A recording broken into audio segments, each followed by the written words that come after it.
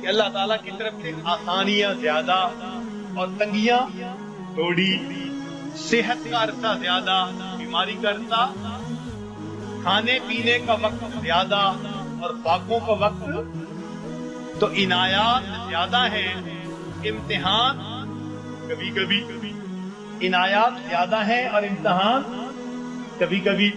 تو جب عنایات زیادہ ہیں، کبھی کبھی کوئی امتحان آ جائے تو ہم پھر بھی اپنے رب سے راضی رہیں، اپنے آپ کو سمجھائیں کہ پریشان ہونے کی کیا ضرورت ہے.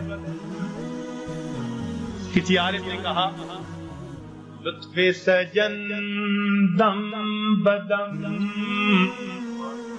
قہر سجن گاہ گاہ، لطف سجن دم بدم، قہر سجن گاہ گاہ، ای بھی سجن واہ واہ، اون بھی سجن واہ واہ. میرے مالک ہم اس سے بھی راضی ہیں، میرے مولا ہم اس سے بھی راضی ہیں. یہ ہے بندگی، یہ ہے بندگی. اور ہم پریشان ہو کر اگر کوئی بدعقیدہ بندہ تعویذ دینے والا ہے ادھر بھی بھیجتے ہیں، اور کو عاملوں کے پاس، نجومیوں کے پاس، جادو کرنے والوں کے پاس، کالے علم والوں کے پاس ایمان گواہ بیٹھتے ہیں، اور بڑے بڑے نمازی اور صالح اور ذکر مراقبہ کرنے والے پریشان ہو کر. ہرگز نہیں. پریشانیوں کے اندر کبھی ایسے لوگوں کی طرف نہیں جانا، پریشانی کے وقت میں اپنے پروردگار کے گھر کی طرف آئیں، مسجد کی طرف آئیں اور اللہ سے اپنے دل کی بات کہیں، اللہ کے سامنے اپنے دل کا دکھ بیان کریں. جب دل کا دکھ اللہ کے سامنے بیان کریں گے تو پروردگار پھر ہماری اس مناجات کو قبول فرما لیں گے. تو ہمیں کسی نے پریشان نہیں کیا، ہمیں ہمارے گناہوں نے پریشان کر رکھا ہے. ہم دوسروں سے حسد کرتے پھرتے ہیں، فلاں نے کر دیا ہوگا، فلاں نے کر دیا ہوگا، فلاں نے کچھ کر دیا ہوگا، اس نے باندھ دیا ہوگا، اس نے باندھ دیا ہوگا. پتہ نہیں کتنے چھوٹے سے خدا بنائے ہوئے ہیں ہمیں، کسی نے کچھ نہیں باندھا. باندھنے والی کھولنے والی وہ ایک ہی ذات ہے. واللہ یقبض ویبسط والیہ. تو ہم اس ذات کی طرف رجوع کریں اور ہماری پریشانیاں اللہ تعالیٰ پھر اس طرح ختم کر دیں. تو مصیبتیں آتی ہیں، مگر مصیبتیں پریشانیاں اکثر اوقات گناہوں کے سبب سے آتی ہیں. اس وجہ سے انسان مایوس بن جاتا ہے، اعمال چھوٹ جاتے ہیں، انسان ذکر و سلوک میں پیچھے رہ جاتا ہے. اللہ والوں پر جو پریشانی آتی ہے وہ درجات کو بڑھانے کے لیے آتی ہے. اب یہ ایک بنیادی بات سمجھنے کے بعد یہ بات ذہن میں رکھیے کہ جب کسی بندے کو جگایا جائے اور وہ پھر بھی نہ جاگے تو پھر غصہ آتا ہے. گھر میں بھی ماں بچے کو جگائے، باپ بیٹے کو جگائے اور وہ نہ جاگے غصہ آتا ہے. جب اللہ تعالیٰ بندوں پر پریشانیاں بھیجتے ہیں اور وہ پھر نہیں جاگتے، یہ اللہ تعالیٰ کے غصے کا سبب بنتا ہے.